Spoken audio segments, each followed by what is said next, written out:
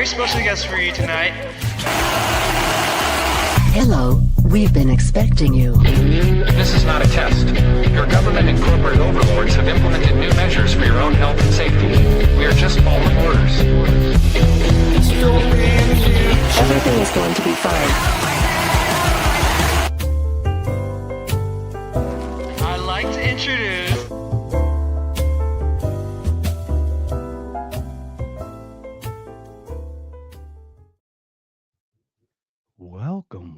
Welcome everyone to another If by Whiskey. Brent Freeman. First of all, let me introduce you, sir. Somehow we crossed paths. It's kismet. It's fate. It's beautiful, man. It's like a weird man crush. Sir, please tell us a little bit about yourself, and we're gonna go right into it because it's gonna be a banger, my friend. Yeah. Thanks, man. Name's Brent Freeman. Go by B Gets Better on X. That's where I spend most of my time. Also have a podcast, Aiming at Podcast, which you have been the most recent guest on. So thank you for that.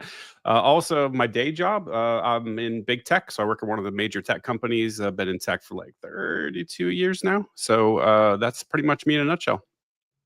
Love it, man. Well, welcome. So we're going to actually really get to know you in a couple of weeks because you're going to come on If by Whiskey. We're going to do like a deep dive about your like origin story and all that. But today, let's just go right into it because this is your issue. So today, let's set it up, sir. Would you want to share the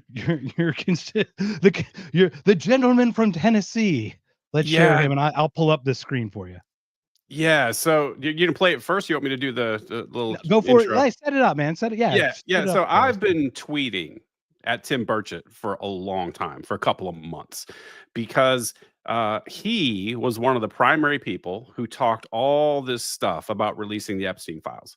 He was the guy who was begging Pam Bondi. Go check his tweet history. He's just demanding Pam Bondi release the files and talking all this shit and saying that he wants public executions for the Epstein clients and just being over the top and ridiculous. And as a Christian, right? I don't know. He can't. I don't think he can be. Isn't he a Christian? I'm just saying Christians wanting execution. It's a weird thing for me. I don't know. In a weird thing, I don't know, but like I can't imagine somebody protecting pedophiles who's a Christian. But that's a whole other thing. No, that's true. That's a whole essentially, other thing. The nexus of my beef with this dude, this piece of shit, is that he did all this stuff, and as soon as Thomas Massie and Ro Khanna put forward the discharge petition, which required 218 signatures. Tim, who I expected, and I said in our last video, like I clipped it up, I said, like, I expect him to sign it. There's a few people that were very noisy, even after Trump was elected. When all of this sort of stuff started to dwindle down, Republicans started to change their colors about Epstein, Tim kept saying a bunch of stuff, and I think he's playing politics to his constituents here in Tennessee. And but I still gave him benefit of the doubt. I said, oh, he's going to sign. And there's like, okay, day one, he doesn't sign. And then like day two, and there's like a week goes by, then 2 weeks go by. And suddenly it dawned on me. It's like, oh, this motherfucker is not going to sign this petition. And this is about the same time where Trump was like, oh, if you try to release the Epstein files, I'm going to view this as a hostile act. And you see what Trump does to people he considers to be hostile, like Thomas Massie. You're going to primary him. Miriam Adelson's going to open up the wallet. It's going to be $20 million to try to primary you and that sort of thing. So, you know, I saw what was going on. I saw that Tim's playing politics. And I'm like, okay, maybe he's movable. Maybe if he just gets called out in public. Sometimes politicians, if they get embarrassed enough in public, they'll pivot. And they're like, oh, I kept applying pressure. And like I said in our last conversation, you can check my tweet history. There's probably like 1,000 tweets from me at Burchett during this time saying, sign the petition, sign the petition, sign the fucking petition. You talked all this shit, sign it, sign it, sign it. And I get attacked mercilessly in the comments underneath those tweets by his supporters. They're like, we like pedophiles now, essentially. Like, oh, it's a Democrat hoax, or like whatever the There are Burchettians? Like there's literal like a Burchett yes, army? It's like Branch Covidians, but they're Burchettians. It's just cultist people. And I don't know if they're bots. They could be paid bots. I don't really know. I mean, I don't personally know these people, but they're the people that always comment under his stuff. And I just got, over time, I get angrier and angrier because he's a petty piece of shit, right? So Tim is somebody that if you say something just mildly, like you take a shot at him, like a political shot, and it'll be like some just random dude that's got like 45 followers on Twitter. He'll quote tweet that person and to invite his followers to attack, right? They go after him and stuff. And so he's very petty. And I was coming at him hard, like in a lot of different times, in a lot of different ways, in a very embarrassing fashion, going straight to the point.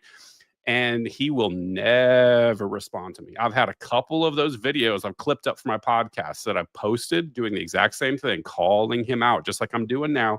He won't respond at all. And I think I got to him because today he releases the video that you're about to play and did exactly what I predicted, which is I'm going to be quiet and I'm going to block essentially because we were one vote short for like 2 months on Massey's petition. We were one vote short. It's Adelina Grijalva, right? She's getting sworn in and allegedly she's 218. No, it's done. I think that the whole thing is done. So that's already taken care of. My understanding is she's already sworn in and the petition is going forward. It's already a done deal. But my point is, I predicted what he would do. He'd do that slimy piece of shit politician thing where he will not basically block. We were one vote short. He could have just signed the petition and it would have gone forward, but he didn't do it. So he single-handedly blocked Massey and Ro Khanna's petition from reaching the floor. And I predicted this when the 218 finally got hit, right? And it was going to a floor vote. That's when he would switch. Then, because this is what I think Thomas Massey even explained the grift here that goes on, is that Republican leadership will actually grant passes to representatives that have constituents that are worried about an issue. So in this case, like they can block it, but as soon as it goes to the floor for a vote, they'll whip it in such a way that the measure will fail. So like, I think we all know, like this is going to fail. The Republicans are going to kill this. We're never seeing the Epstein files, but they'll give the people like Tim a permission to vote against it so they can save face to their constituents. So I knew this was some slimy, shitty politician stuff that was coming. I didn't know exactly how it was going to play out. So I think I've given an extensive preamble. You can probably play the video now. No, it's beautiful. Well, what's beautiful is before this one even happened, I'm going to introduce the world to Katie Miller, right? I was talking about her and Elle Reeve and all this stuff. And one of the things about this podcast is like, where I see the education that I like to try to, instead of be like, you're wrong with your principle and I'm right with my ideology. It's not about that, guys. I show you how they fuck with you. That's my job. So we talk about manufacturing consent and all this stuff, right? This is this. That's exactly what this is. You saw this literally with Chuck Schumer last night. He didn't vote to put the stuff through. Who were the Democrats who crossed the aisle? People getting elected in 2028 in 4 years, right? Or 3 years, at minimum 3 years, or 2030, and people who were retiring. That's it. That's the only people that cross over. So Schumer, to your point, can say, I didn't vote for that, but he clearly orchestrated its movement. Just like this Burchett it's all theater, guys. Plato's Cave, the allegory of the cave, this is all real. They are playing with you. So you have to, it is 2 steps. You have to look past just the first 2 or 3 steps. Not that that's always true, but you have to at least look. You have to lift look behind the curtain and stuff. So with that, I will play this and I will let you go off, sir. So thank you so much for getting this set up for us. Hey everybody, Tim Burchett just left the House floor, and I tried to do a UC unanimous consent of tried to get the Epstein files, get it straight to the floor, to cut out all this nonsense, and and the Democrats blocked it, oddly enough. Now I hear they've had it for 4 years, and they obviously if there's something there about Trump, they would have released it, and now they're all, let's get it out. Well, I just made a motion to bring it straight to the dadgum floor, and they blocked it.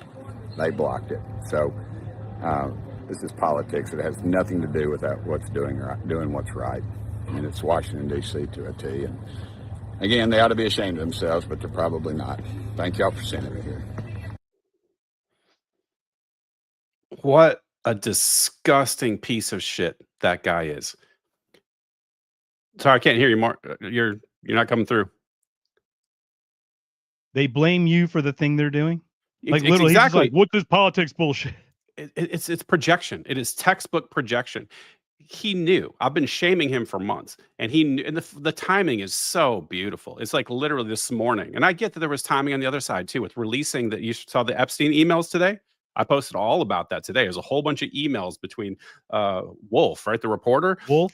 Yep. Yeah. There's a bunch of emails which basically said, and this is explosive. Donald Trump knew, right? I think it was the quote Epstein has. Of course, Donald Trump knew about all the girls, right? Like that was. I mean, it was just matter of fact. And the fact that if you look at the bottom of the emails, it was like privileged and confidential. It was attorney-client privileged emails, right? So it wasn't even, like this is stuff that Epstein thought was protected communications that would never leaks. get out. These are literal leaks. Yeah, these are literal leaks. And so this is not like the contents of the email were written such that he never thought it was going to reach the light of day, right? This is not political. If the timing might be political, the Democrats might have been trying to embarrass Trump, and good for them, because fuck him, right? We basically have what everyone with a brain knows. Like, I have to be careful how I say this, like very, very likely pedophile and Epstein clients running the country right now, right? And it boils my blood, it's man. The big club that we're not in, man. And don't get me wrong, I don't want to be in that club. Fuck that. But this is ridiculous, man. They're all but so Tim's coming out and says, using terms like shame. Like, this guy's got no shame. This guy's got no soul. Like I said on my show, like this guy on his Twitter bio, he talks about how he's, his wife and his daughter. Like, I'm a husband to whatever the hell his wife's name is, and I'm a father to his daughters. Like, and I'm just like, you are a disgusting piece of shit. And to talk about the procedural stuff, right? So we talked, because people might not know, and I know I posted it on Twitter today, the details. And that's what I like you to share, because like, once again, okay, if we have the 218, then how did this fail, and how did this thing, what's this UC thing versus the other way? And I know you know that procedure, so I'd love for you to kind of dissect that a little bit. Just once again, we're here to educate. We want people to people will come to our side once we show them the light. That's all. We don't need to force them on our side. We just need to show them the shit that they're supporting, man. Yeah, I'm a little bit less optimistic about that premise than you are. Trying. I'm trying, man. I'm trying. I'm going to try my best. So by the way, I'm not a political guy, right? I don't follow all this procedure stuff, but I looked it up, right? And so unanimous consent is this is basically what Tim did today with a UC motion is highly irregular. This is not what it's used for. This is used for things that are not controversial in the slightest and requires consent of like 100% voting. Which, when have you ever seen anyone vote 100% on anything even remotely controversial in the House? Like, so it never happens. It's almost like a pass fail. Like, it's literally like a pass fail. But it's got to be like almost like all but one, like one black ball would knock it all out. Exactly. One person defecting would blow the whole thing to bits, right? So the chances of it. That's bullshit. So exactly. So Tim, this is all fucking theater. He put it forward knowing it was going to fail, so he could give himself some cover with his constituents here in Tennessee, right? Oh, and then it's crazy because I posted that video under his little, like the one he shot on his cell phone coming out of the Capitol, right? And I posted my video underneath it. I think Terry Batts from Free Show, I got in a little thread with her on this. But Dr. Simon Goddick retweeted that. He's got like 1 million followers. So this started to get some public traction. Then after that, he posted another one from his office. And so he is scared. Like, he is trying to do this mea culpa, this get out in front of it sort of thing. Look at me. I'm trying. Oh, the bad Democrats, they voted it down. It's such transparent bullshit, and it fucking boils my blood because I'm a victim of childhood sexual abuse, right? So this is why it's my hot button issue, and I know people that are Epstein victims, right? So I am in this boat where I'm watching this absolute charade, this farce, this gaslighting nonsense take place, and I've been calling it out for months, and then the thing that I predicted happened the day that we got 218 on that discharge petition, man. Like, I could not be hotter about it. And the reason I'm focusing on Burchett, I'm not sure if I mentioned this other than being in Tennessee, but he is the guy that's on Tucker. He's the guy that's elevated on all of these shows. And he's the guy that still has some respect, I think, in the Republican Party as being a conservative. And I'm looking at him in Tennessee. It's like, bitch, you voted for the big, beautiful bill. You voted for the most irresponsible piece of fiscal legislation that doomed our economy and destroyed the dollar and basically cut the last little lifeline we had, a little bit of hope that anyone had that this thing had a chance to recover. And you're the guy that's going to be on Tucker. You're going to be the conservative. You're going to be the hope for the Republic. Fuck you, Tim. Hi, Terry. Seriously, fuck you, Tim. Like, I'm so tired of frauds. And I know that politicians, like we have this low bar for politicians. They're basically subhuman.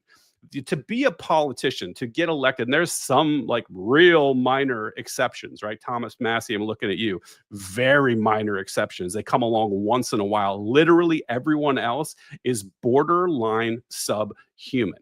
And so I just want to make sure, with whatever little tiny voice that I've got in this world, that Tim Burchett doesn't maintain a reputation of being some whatever conservative or gives a shit about women or gives a shit about child rape. Tim, you covered up child rape.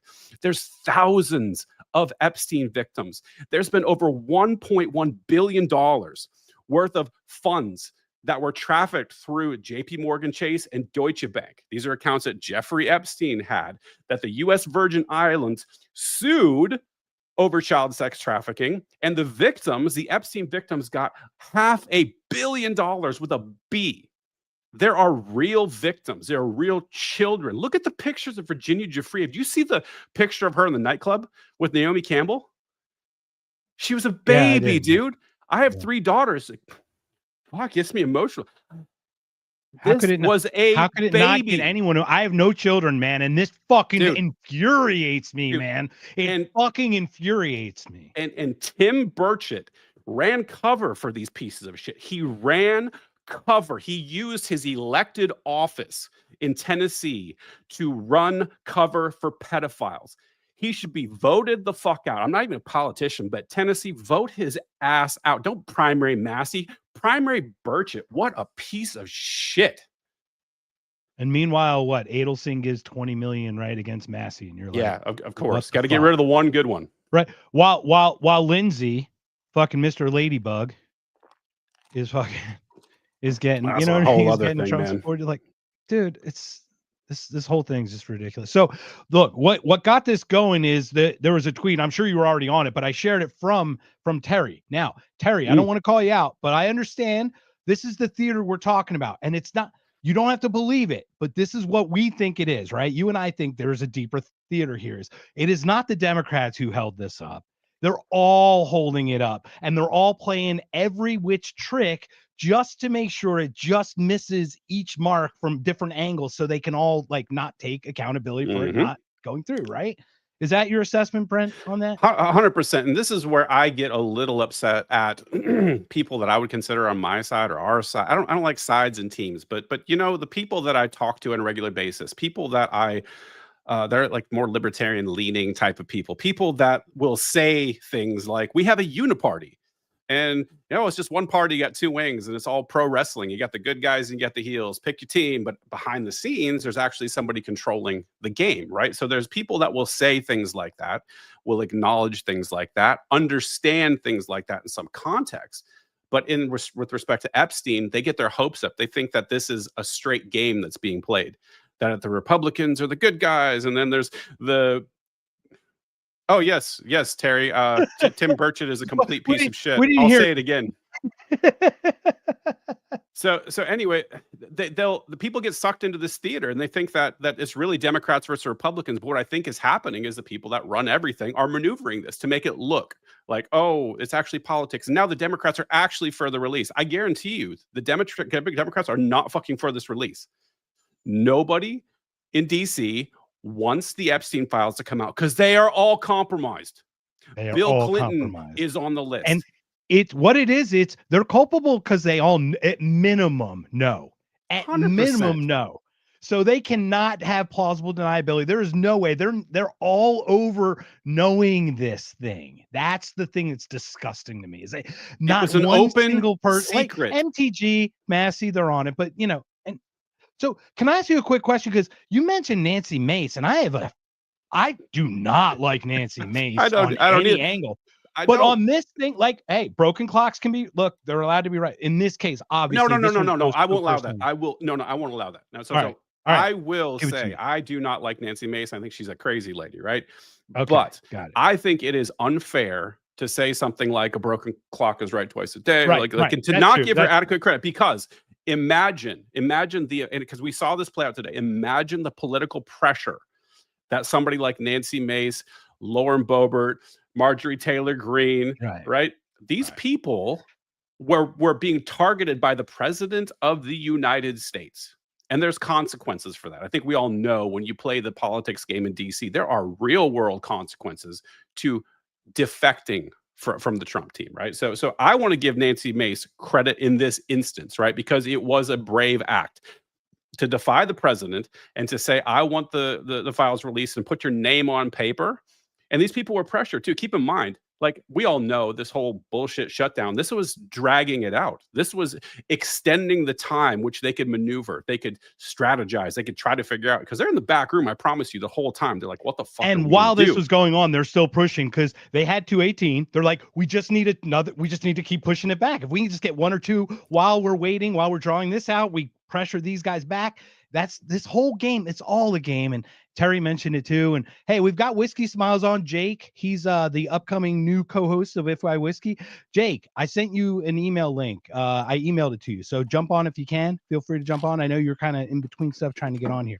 Give me 1 second here. I wanted to pull this one up, I think. Yeah, go ahead. Go ahead and read that one, Brent. We'll go through a couple of these as well. Hey, hell yeah, Terry. I agree. This is all a game, and it's going to result in, check my tweet history from last year before the elections. Like, you're never seeing the Epstein files. We are never getting those fucking files no matter what. So just that's the way it is. And everyone needs to stop getting their hopes up. And I don't want to be that guy. I kind of am a little bit for things that I see are silly. When people are getting their hopes up, I'm just like, okay, you got to pump the brakes. You got to be honest. But you can do both, right? So obviously, right? I'm putting pressure on. I'm pushing for it, but hopeful. We're obviously, exactly. So I'm like, you know what? I'm going to call out every piece of shit I see that's doing some horrible, shady stuff to protect pedophiles and child rapists. And let's not forget, this is a giant blackmail ring too. I don't know if you saw the release of the emails today. Epstein was talking about exactly how to blackmail Trump. This is all a giant blackmail operation of our political leaders at the highest levels. These are the people that run the country, that dictate every decision that we make in our lives. And it's being controlled by a compromise operation. And we're all sitting here like, well, this is fine. So, I mean, like I said, two things can be true at the same time. You can say, I'm going to hold every motherfucker I see accountable, at least with my words, with my speech. I'm not going to let you off the hook. But I can also accept the fact that we're never seeing the files. Trump is going to start literally a nuclear war before those files are going to be dropped. Like he can't. Like he just can't release it. And it's not just to protect himself, although I believe he's completely compromised and is a client and is a child rapist. I've believed that since the Katie Johnson lawsuit came out in 2016. So I completely forgot where I was going with that. I could see it by considering women are Trump's weakness.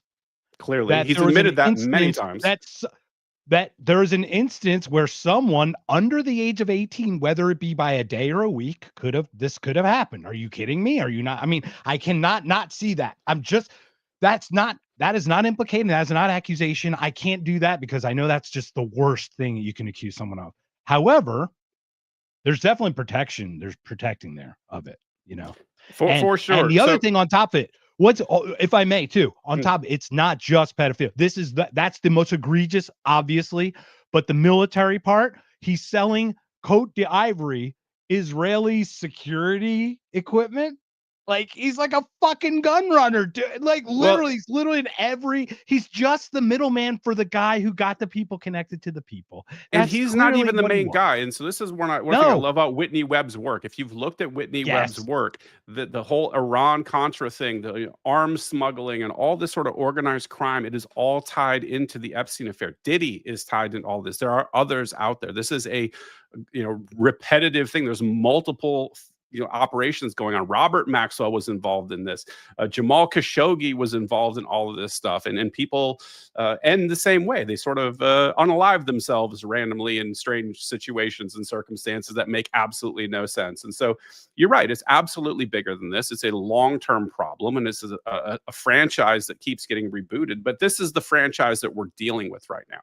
And this is the thing that we should have answers to. Everyone deserves answers to this. And I'm afraid what's happening with our country is that we're not going to get answers and no one's going to give a shit. And even I was just going to say that fatigue is what happens with Americans. You still have to shout to the rooftop. It does, regardless of the result. These are things at which we must shout the whole time. Yes, but the thing that sucks is they don't care about shouting, right? So this is where I think the government is. I'm almost positive the government is in this position. It's like they're looking at us saying, "What the fuck are you going to do? Are you going to do something about it?" Absolutely. And everybody looks at themselves and says, "Not really." No, I'm not. I guess that's because where my mom's like, I love my mom. Boomer. Same thing. It's like, what are you going to do about it? It's like, well, if I stay silent, I definitely am not going to do anything, and I can't sleep at night if I just not. You know what I mean? I can't just bury it inside my own head. I think that's there's a certain percentage of us that just can't not. You know what I mean? I know I can't help myself. It's like I know that it's going to do no good, and I know that the government is going to continue to do what they're going to do, but I can't stop myself from saying shit. I don't know. It's just it's in me. And here's a great question. We've got: is it Treese Elaine or Teresa Elaine? What measure do we have that we can protect all children in this country at this point? I don't know. And here's the thing that's really deeply disturbing to me. And it's only my belief in this has only grown over time. So I had a victim of child sex trafficking on my show. She was trafficked by her father, who was a pastor of a church. And it started when she was 4 years old, and the sex abuse happened in the church. Ghastly. And then she explained to me how she was abused by some of these quote unquote sex trafficking help organizations, right? That provide aid to people. She was, exploited by those people. And she talked to me about the total, and I sort of verified her claims. I went back and looked at the scope of this is astounding. And ultimately, at the end of the day, I'm left with this just pit in my stomach and this deep held belief now after looking at things that the Americans just don't care about child sex abuse. It's like they don't, and it sucks because there's some great people that really do care, but as a whole, the country isn't doing anything. And one of the things I use as a heuristic to remind myself of this is the fact that people showed up en masse on January 6th over a fucking politician who they thought got screwed in an election. Over a game show host. Can we just say? Think about that. Honestly, think about that for a second. People bought tickets, flew into Washington, D.C., spent thousands and thousands of dollars, hotels, rental cars. They converged on the Capitol and they had a quasi riot over some bullshit election that doesn't fucking matter. Means nothing. But tons and tons, thousands of victims of child sex trafficking are known right now. The president of the United States is connected. Members of Congress are connected. Very, very powerful donors like Les Wexner of L Brands, Victoria's Secret, deeply implicated, as are donors on both sides of the aisle. He definitely funded it. Well, who's the guy who said, I'm done fucking paying your 10 million or 7 million? He's like, you fucking pay me, bitch. Pay me now. Shine my fucking shoes. Yeah, it's dude, what are you kidding me?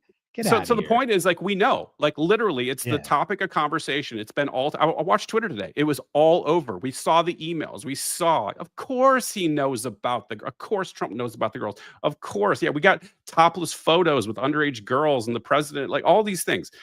And we all know, and I think also there's something intuitively deep inside of us. If you look at Donald Trump and you look at all of the gross things he's done and said, like, for example, and this is where it makes my skin crawl. Dude, I literally get uncomfortable with this, that he's best friends with Jeffrey Epstein for over a decade, right? And says things like, oh, Jeffrey's a great guy, right? Like, he's a wonderful guy and he loves beautiful women, just as much as I do. He likes them young, just like me, right?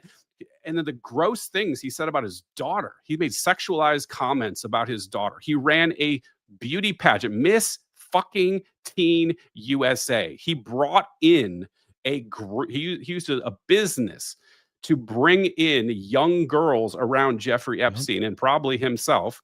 He brags on Howard Stern about walking in on them naked, children naked in the dressing room, and he brags. He says, "I can do that because I own the pageant and I'm inspecting." LOL. Wink, wink.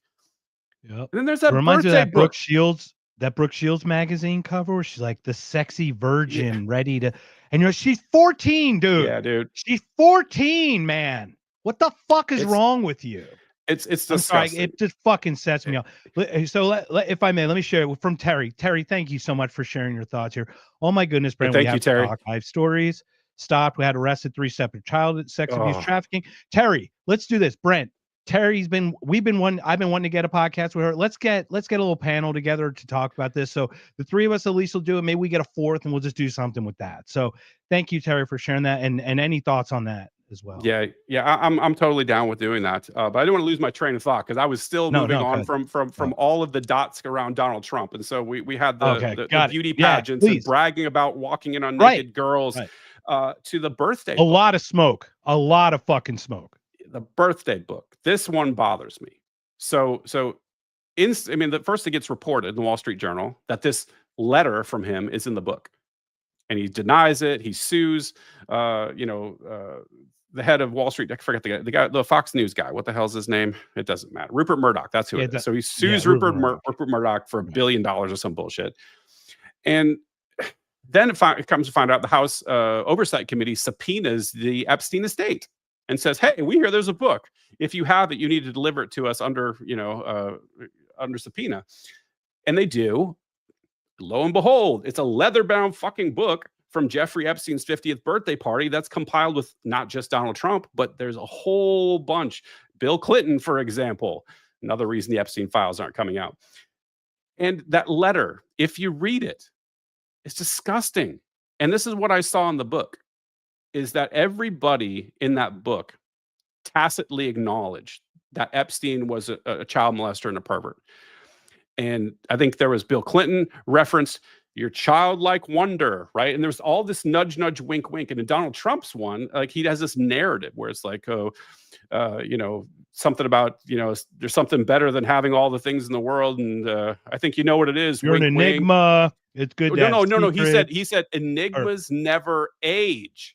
So right. It was a reference Enigmas never age. And the drawing was that of a young girl with small breasts. It wasn't like, think about Donald Trump. The signature, right. They were like little bumps, right. Yep. Yeah. So little bumps, like tiny breasts of a young girl. And then there was this stuff saying like, Jeffrey, you and I have something in common. And Jeffrey's like, yes, I know what it is too. And I was reminded of it the last time I saw you. There's this coded language through the whole thing. That fucking book is real. And because that book is real, what Donald Trump wrote was real.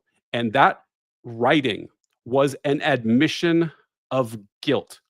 The dude is a child rapist, in my opinion, allegedly. So what are we going to do? My point is we're not going to do anything. Nobody's going to do anything. What you might find cute, Brent, is I got a strike for having Jack Danger call the Sandy Hook stuff a hoax for YouTube. I got you fucking get me a strike for this bullshit. Now, bullshit is obviously real bullshit, but you understand what I'm saying. Like, I totally do. That's why I said allegedly. We can't even.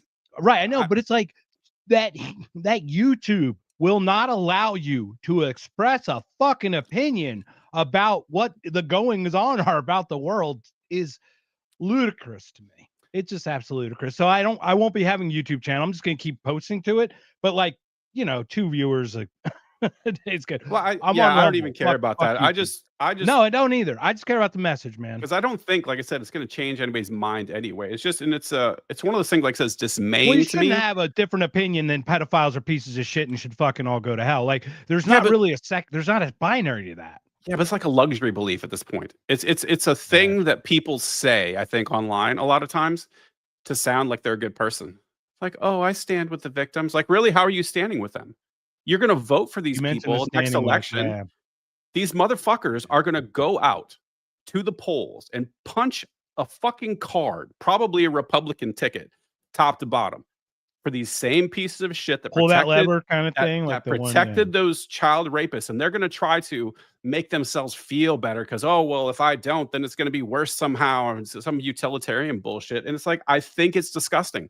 I think the fact that people show up and say, I'm going to vote for, I mean, Tim Dillon had this great bit where he's kind of like saying like, well, honey, he's having like, yeah, he's having that fake discussion with his wife. It's like, but Bill, he's a pedophile. And he's like, they're all pedophiles, but I want to have a pedophile who shares my values. Pedophiles for Pete. And, you know, it's like, that's how ridiculous. Right. And I mean, it's a funny bit, but that's why it's a great bit, because the core but nugget that's the point. That's what's great about comedy. When it hits so, it's so true so that biting. You can't, it just hits so hard. And that's the thing. Look, this is the first presidential election. Now, I stopped voting for like Senate when it was Christian Cinema against McSally in Arizona. It got the ads got so fucking ugly. I'm like, I can't. I'm just disgusted. Like, I'm gonna sit that one out. But I voted Trump in 16 and 20. I voted Republican since 92, man.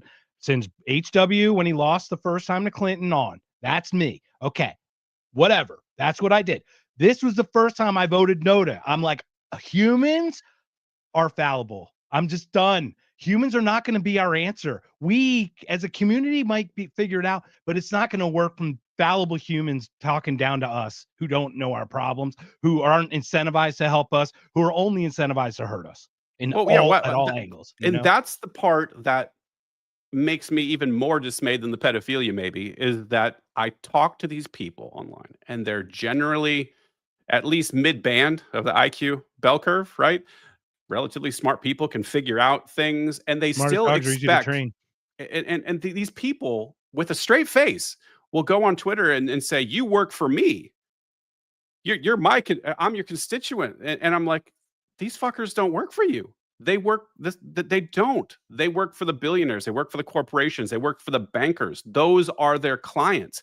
You are there to be toyed along, to just like a cat with a laser pointer. Look over here, and then to have these two teams, right? Oh, is this tribe over here and this tribe over here, and which one are you? So we're fighting with each other all the time over this theater that's going on. Meanwhile, we're getting robbed in the back room, and nobody's paying attention because we're too busy fighting with each other. And it's the fact that people don't see that, or will acknowledge it in certain contexts, and then other contexts be like have complete amnesia about that, and then expect the representative is there to work for them and to pass bills that help them. Meanwhile, we've put, I don't even know this, in the last 58 days, we put on more than $1 trillion in new debt. We've added that in less than 2 months. We're putting half a you saw the debt badge, right? I retweeted the debt badge guys, and they showed it's over north of 38 trillion. And everybody is like, well, if I vote harder next time, it's like Charlie Brown in the football. And I'm like, guys, there's no voting your way out. I believe there's no defensive voting. Like, whatever you vote, like, you're not really going to change anything. And that's why I'm focused, like, in my life on, like, I'm securing my family, securing myself, like, getting the fuck out of Dodge, making sure I've got the ability to, the off-grid property with utilities and all that stuff, just to be like, look, I'll take care of myself. I highly suggest you all do the same and try to take care of yourself and your family, because the politicians aren't going to help you. The government's not going to help you.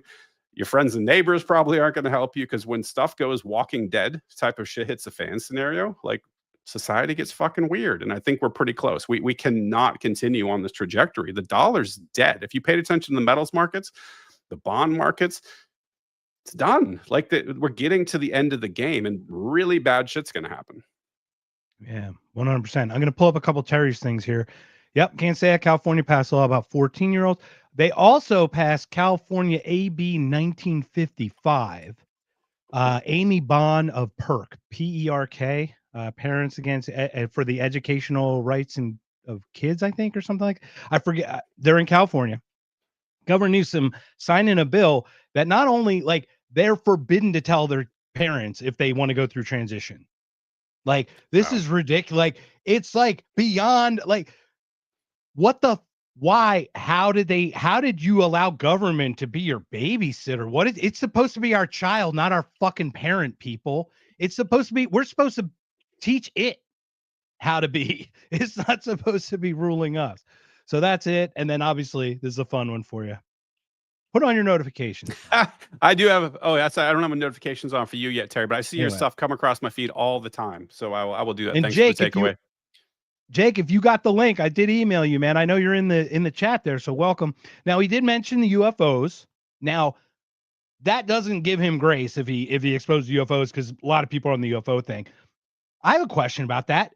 Is he? Do you think he's genuine about that, or do you think he's also like on this weird, like he's picked issues that he knows can't ever get answered, that he can always flirt with to kind of keep in the news or keep attention? I don't know, but I am suspicious of anybody in the UAP community, anyone in government that's tied to the Jeremy Corbells of the world, and anyone who's in that apparatus that seems to be doing the disclosure stuff. I'm instantly like, this is a fucking psyop. And so I assume that Tim is part of that psyop. I'm not saying that UAPs or whatever are not real. It's probably advanced tech. There's probably some shit that they're hiding, and it feels like it's another piece of the charade. And so the fact that he is so tightly aligned with that UAP stuff, but knowing that he's a piece of shit and has no soul and is an absolute monster, I would assume that in this case he's probably the same way. Yeah, I've got inside baseball about Lou Elizondo. I've heard things as well. Yeah, maybe we'll talk. Let's talk. You and I will talk offline, because I got a couple people that know people that know people. Right? By the way, this is not my space. I will caveat. No, not at all. This is not my space. This isn't, and we're just talking, man. And obviously, look, I was on your show. I shared with you what I experienced, and look, you don't see me going to that. We're clearly having a lucid conversation about the goings on in the theater. So far, see how this progresses. Woo! All right. So, all right. I'm going to share these two clips, if I may, really quickly, because so L. Reeve had Candace on literally the first interview after Charlie, but it was like a month after. Allegedly this was Candace first. This is just a little clip I'm going to play, but this plays into the Epstein thing. Even Candace mentions it. I want you to listen very clearly, because I'm going to follow it with that other clip I shared with you from, remember the one 3 years I've been sitting on this thing.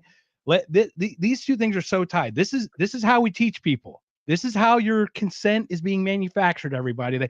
You get this little cute little L. Reeve who talks to you with this mousy voice that makes you just so incensed when you hear it. Are you saying that? No, that's not what I'm saying. I'm not. This is what I'm saying. Listen to me, right? And then you got this other side. So I'm going to share these for you. Let me set this up for you. All right, here we go. All right.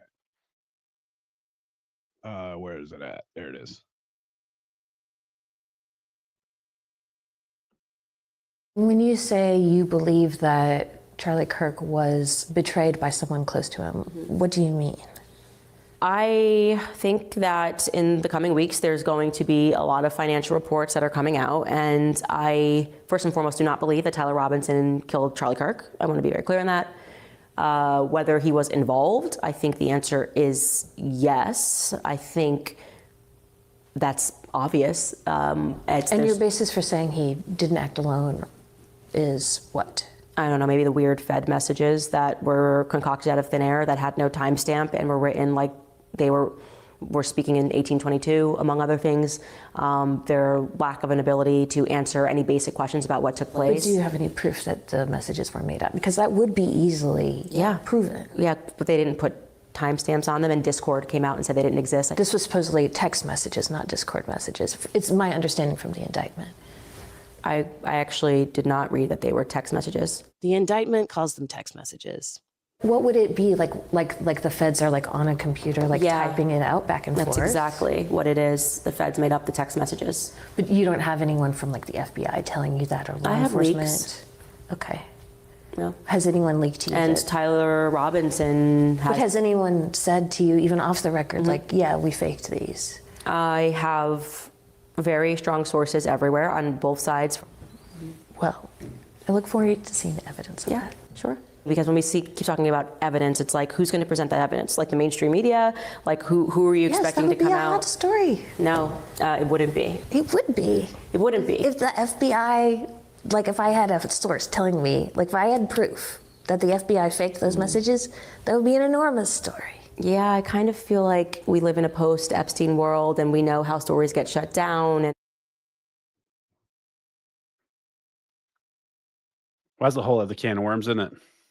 before I play that next clip, obviously, which you know I'm going to play, wouldn't that be a big story? I totally break that. I'm El Reeb. Look at me. I'm not part of mainstream corporate fucking media on CNN.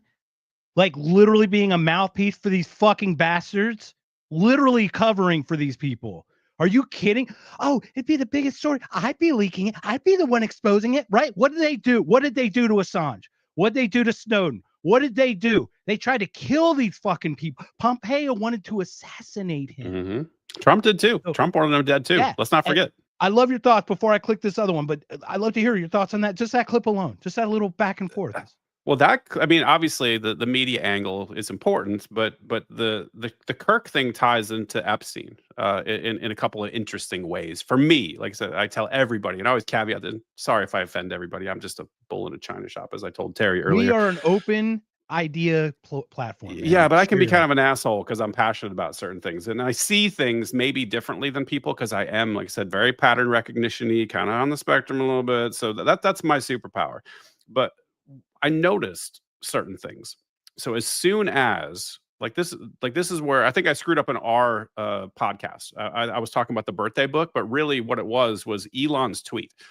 So the tweet that broke the fucking the internet, where he was like, here Donald Trump is actually in the Epstein files. That's why you're never going to see him, right? Like, and have a nice day, DJT. Like that thing. As soon as that happened, that's when the whole world blew up, and that's where the distractions came. It was like instantly, I think within a day or two, that was when the LA riots were happening.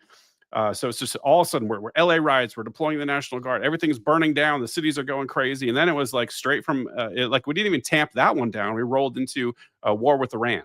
So suddenly we're bombing Iran's nuclear facilities. We're doing all this crazy, and the news cycle started spinning. And I started paying attention to stuff. It's like, oh, they really are trying to distract us from trying to get to these Epstein files. And then I noticed the birthday book came out. And then this is the timeline I got wrong in my show, is immediately after the birthday book, we rolled directly into Charlie Kirk. I want to say that was within a week, maybe 2 weeks tops. I don't know exactly what the dates are. And what I think about Charlie Kirk, and I don't have any strong theories about exactly how that went down. I agree with Candace that clearly Tyler Robinson didn't shoot him, at least not with a 30-06, because the ballistics on that the math don't math. Like that was not a 30-06 round that I saw him get hit in the throat. There was no exit wound, didn't blow a giant hole. I've shot a 30-06. I know what it does. Like everyone's already seen the videos on YouTube. Would have absolutely wrecked him from less than 200 yards. So that didn't happen. So and obviously, like, it's so dumb because that video, she's like, what proof do you have that he wasn't working alone? Well, how about fucking George Zinn? How about that dude that as soon as he got shot, stood up, started causing a ruckus? Down. Yeah, pulled his pants down. He started saying, I did it. I did it. Right. There were two people actually that said, allegedly. Yeah, well, no, there's that other guy that turned around to the USA chant, the weird fucking thing. There was that guy. But then also George Zinn, when he went to the hospital, apparently had said that he was paid, and he didn't know by who he was going to get paid for doing that. So obviously, and he had porn on his phone. No, not porn, child porn. Child porn on his phone, and allegedly, if I don't know if you heard this now, please. Well, I'll say allegedly but from my understanding, it was vetted. He was at the Boston Marathon and 9/11. He was not at the Boston Marathon. He wasn't not at Boston. Okay. He called in bomb threats to the Salt Lake Marathon shortly after the Boston Marathon. Oh, okay. So that's the connection that they made. So I may have misheard. Okay. But was he in the vicinity during 9/11? Was he in New York at the time? He wasn't. He was interviewed about it, like afterwards. Which was really weird. Once again, so this is a weird character. So it's not like a random dude. And remember, we saw the guy shooting Trump. He was in a BlackRock commercial. We saw the first one that shot at Trump in another BlackRock commercial. What a shot! Like these are like, it's very weird. So point being though, it's like everyone's like, oh, how do you know he didn't work alone? It's like, well, number one, George Zinn, he clearly didn't work alone. And then also it certainly wasn't a 30-06. So we know those two pieces of it anyway. So, and also what's weird to me is that, I mean, let's go back and talk about Charlie Kirk's statements, right? Saying that he thought Israel was going to kill him. I mean, that guy Harrison from InfoWars tweeted about it in like August. after the Yep, New it was Hampshire August that he or the did that, Hamptons correct. meetings with Mhm. the the Jewish donors, the We got American. cornered by Seth Dillon. Let's call him out. Seth Dillon, that motherfucking piece of shit. Josh Hammer, that useless piece of shit. Et al. Let's just do that. Et al. All those other people. Yeah, so he's worried about getting killed, right? And apparently Candace has said that she's got text messages where he's said that also shortly before they did kill him, whoever they is. And so he's clearly worried about being murdered. 48 hours before he takes a bullet to the neck, he says, "I'm abandoning the pro-Israel cause." Meanwhile, at the same time, and also I think this is underappreciated, is that Charlie Kirk was the most powerful voice of the biggest microphone affecting the youth. These are the people that are coming up. These are people that are going to be voting and help shaping U.S. foreign policy at a time when Israel has shot itself in the foot over and over again with its genocide in Gaza. People are sick of all the AIPAC bullshit. They're sick of having the government controlled by a foreign government, sending billions of dollars of aid every year. We're sick of all this shit. And this guy who's starting to platform people like Tucker, starting to platform people like Dave Smith, this is clearly, I put it this way, I don't think people appreciate the way in which somebody like Netanyahu would view that type of betrayal, to where he's like, "Yo, nope, I'm out. I'm not with the pro-Israel cause anymore. I'm out." That's a really important thing. And so I see a convergence of interests here, where Israel would benefit clearly by having him be martyred before he publicly, because he hadn't publicly come out yet. He had just platformed a couple of questionable characters, but they saw the writing on the wall. And we have the signal chat. Thank you, Candace. We saw it. It was on. I'm not afraid to go on the record that there's no way that Josh Hammer's not his handler in some way, because that guy is completely incompetent. I mean, he literally is. I mean, Shapiro's awful, but this guy, it's literally mindless. Completely. So before I lose my train of thoughts, I'm ADD as hell. So interest, right? So Israel clearly would have an interest in him being martyred. And you saw this when it was weird immediately, is like, have you seen those memes where it's like absolutely nobody at all, and then like followed by the thing, like Netanyahu is instantly out there like, "We didn't kill him." Twice. Said it twice. And everyone's like, "That's Had a fucking, to say it twice. That's a fucking weird thing to say, right? Like, if you didn't do it, you just kind of be quiet and then assume everyone thinks that's ridiculous." So he comes out twice. Charlie Kirk, my good friend, who I didn't murder, by the way, who you're saying I did, but I didn't. I swear to God, I didn't. Super like, weird. What? Super weird. Super sus, man. And then I can't remember which reporter it was interviewing Donald Trump about they was at the White House or whatever, and asked about Charlie Kirk. I should have had you get that clip. It was the weirdest clip, where supposedly when he talks about the ballroom, and then he he didn't answer the question, and he turned I was looking at the body language, and it gave me chills. I'm like, "Motherfucker, you knew something." That was my take. I'm like, there's some. So, and also he has a benefit because it's a distraction from Epstein again, because that Charlie Kirk story became the biggest thing in the world. For weeks, nobody thought about Epstein files. It was Charlie Kirk 24/7, 365. And so there was converging interests there on behalf of Israel and Donald Trump. And it makes me very suspicious that we didn't have some sort of operation playing, especially, CIA is very adept. And by the way, Israel's expert at assassinating people, right? And so, like, all of the hallmarks of are there for an operation like this. It's the confusion, right? There's so much mass confusion. There's the guy jumping off the roof, and there's all these conspiracy theories. It's just like JFK, and I think we're seeing that. It just reeks of some sort of intelligence operation. That's the way I'm viewing it, anyway. 100%. Yeah, it's definitely not what they said. I will go as far as to say Tyler Robinson did not fire that rifle that they're claiming he did. That rifle was not on the roof, and probably that was not him even on the roof. Those three things I'm probably 80% Bayesian on right now. It's hard to say, because you look at and I went back and I looked, right? You look at those screen or the stills of the video cameras, the surveillance, like you look at the picture and it doesn't look like Tyler Robinson. Not at all. The face is longer and thinner. And there's so many really off. And clearly he doesn't have a rifle. He's got that little backpack. There's no 30-06 in there. I mean, his phone is bulging out of his tight jeans, and the 30-06 would be somehow loose. Like, there's no freaking way. Yeah, and so it's just how about the TMZ video the limping, guy who like walks by. Hold on, the guy who's running for governor against that other guy who's covering shit that up guy. is parked in the driveway of the fucking thing they walk by, and like they own like 6 of the houses on that street, and it's like just happened to be there 20 minutes before. I'm like, what? It's just there's no way. It's like too just much. It's absolutely too much. Yeah. And anybody who is just like believe the official narrative, trust Kash Patel. He's never steered us wrong before. It's like guys, this is the most ridiculous thing. And so I'm just like, that's just how I'm viewing this whole thing. It just makes a lot of sense to me. The other thing I forgot too is that with the martyrdom of Charlie Kirk.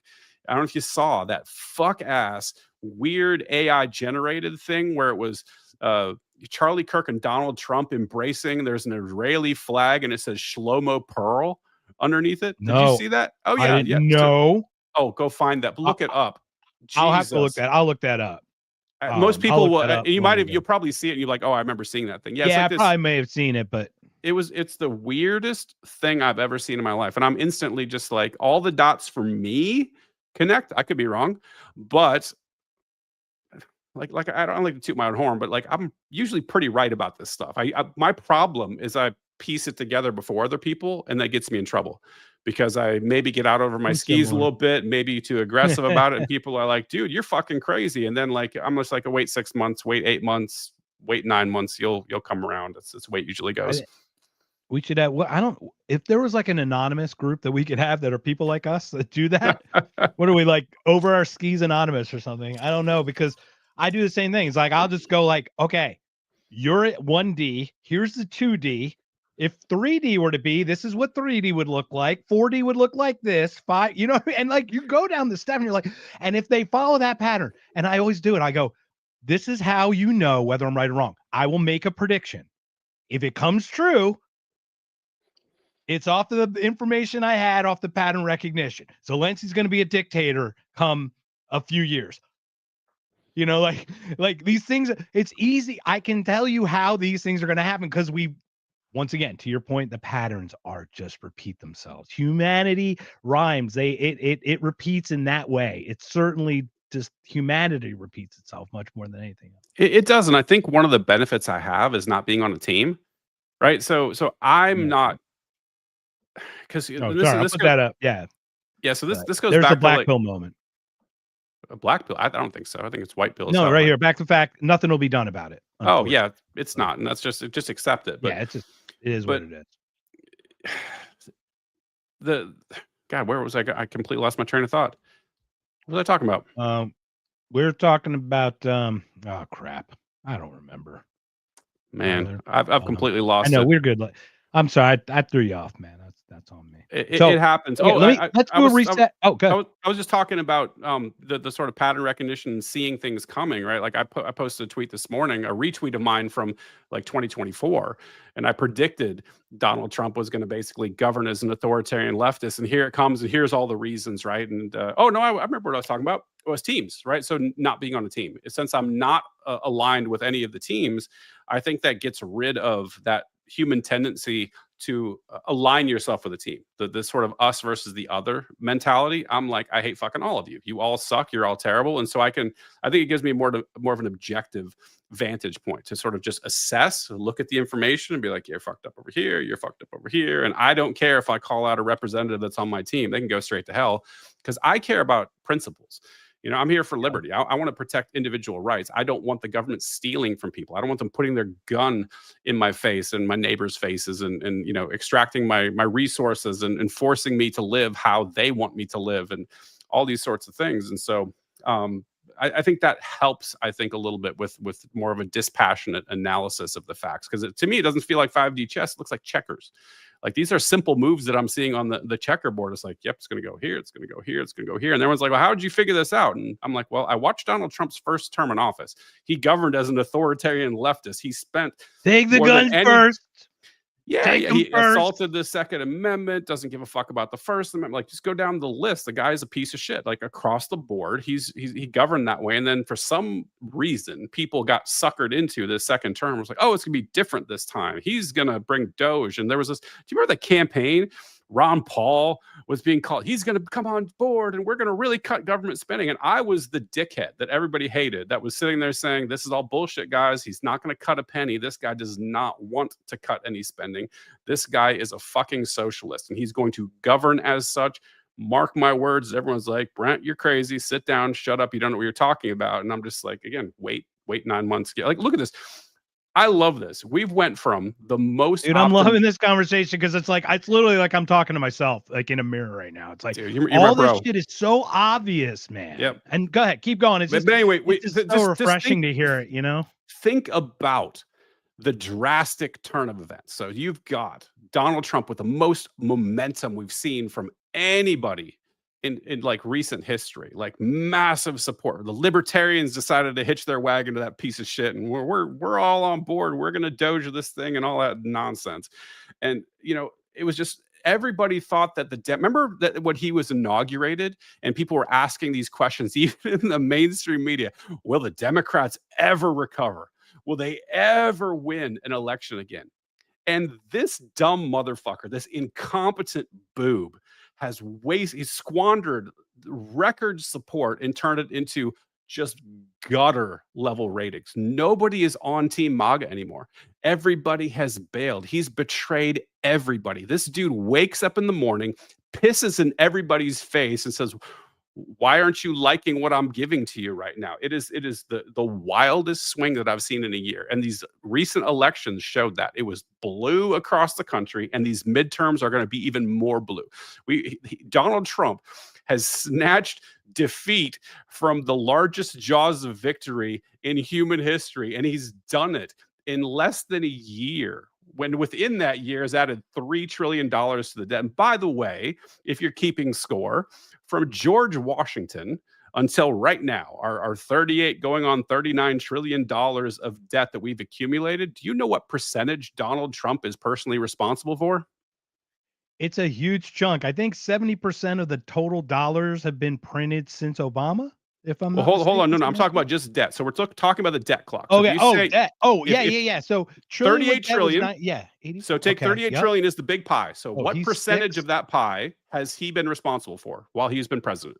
838. So like 7%. No, it's probably like 78%.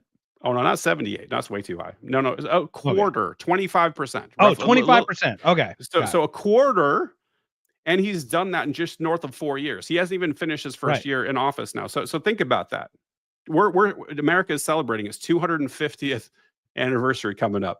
And in those 250 remember, what was the year the first trillion went? Like the first $1 trillion the first trillion was under 81 something? It was under Reagan. Yeah, it was under Reagan.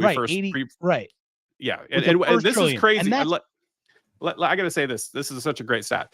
So from George Washington until Barack Obama took office, we were at 4.7 trillion, I think.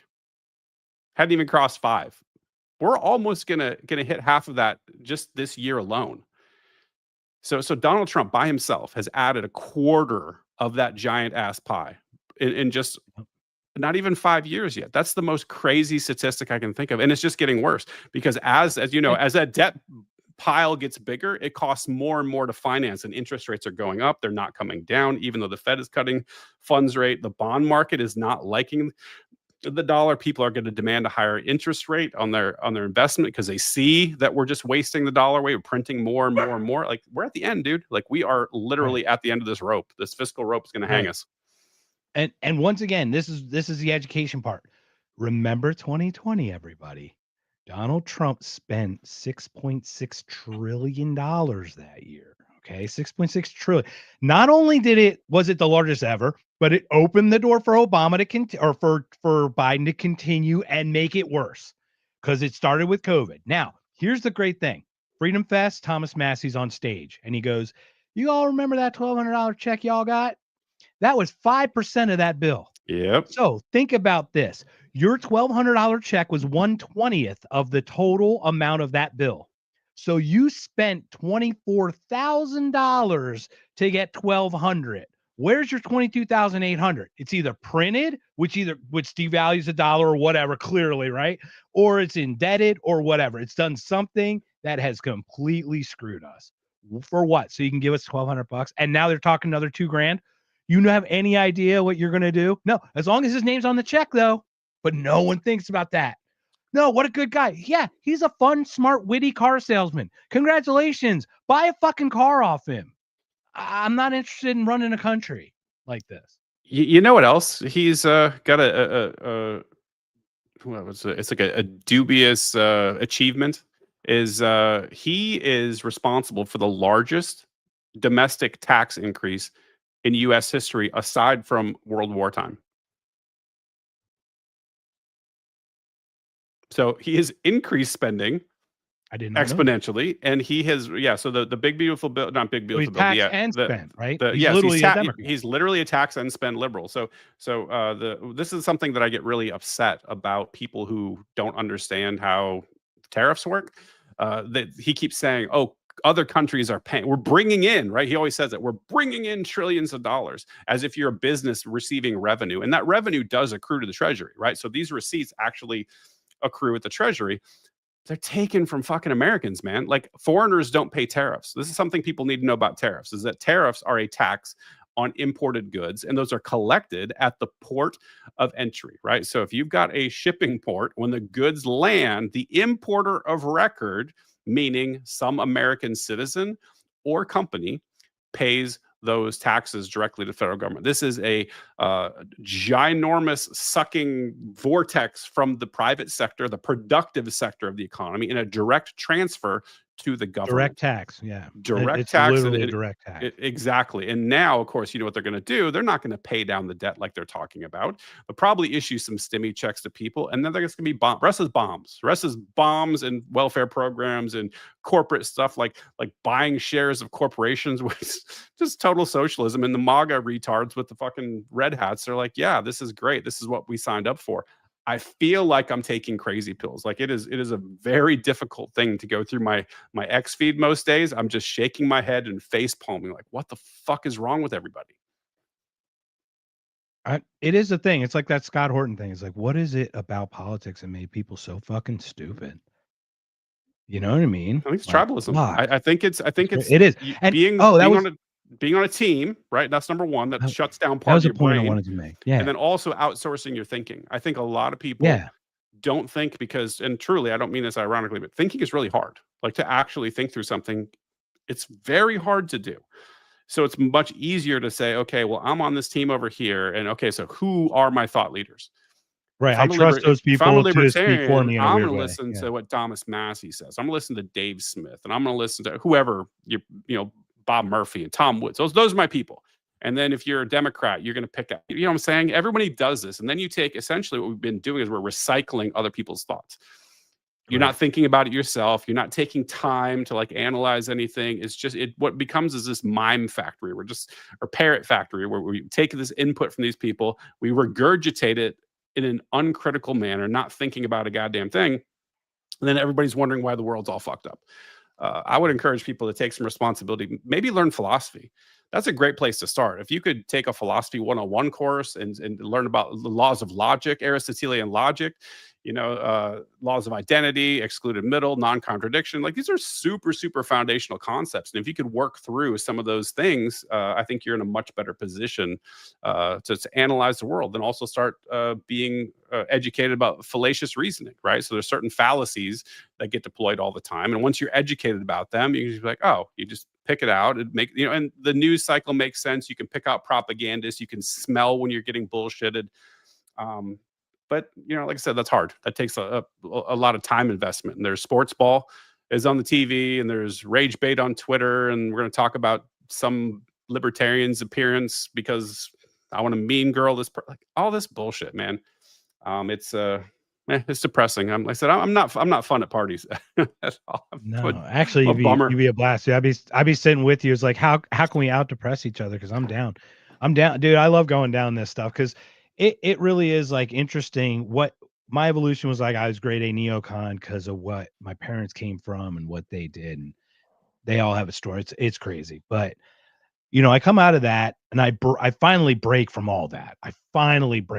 So I'm looking at like Rechtenwald, and I started talking with him, and like I said, Clint was VP kind of, and then I watched that LP Nash. I watched the National Convention, and I went, this smells like the same politics over here. So as soon as that weird night happened, I was like, I am out. I cannot do this group. There is, to your point, it's like we have enough biases alone. Like clearly you have a biases or a focus or intense focus about certain intense passions of yours. Clearly, as we all do, as you should.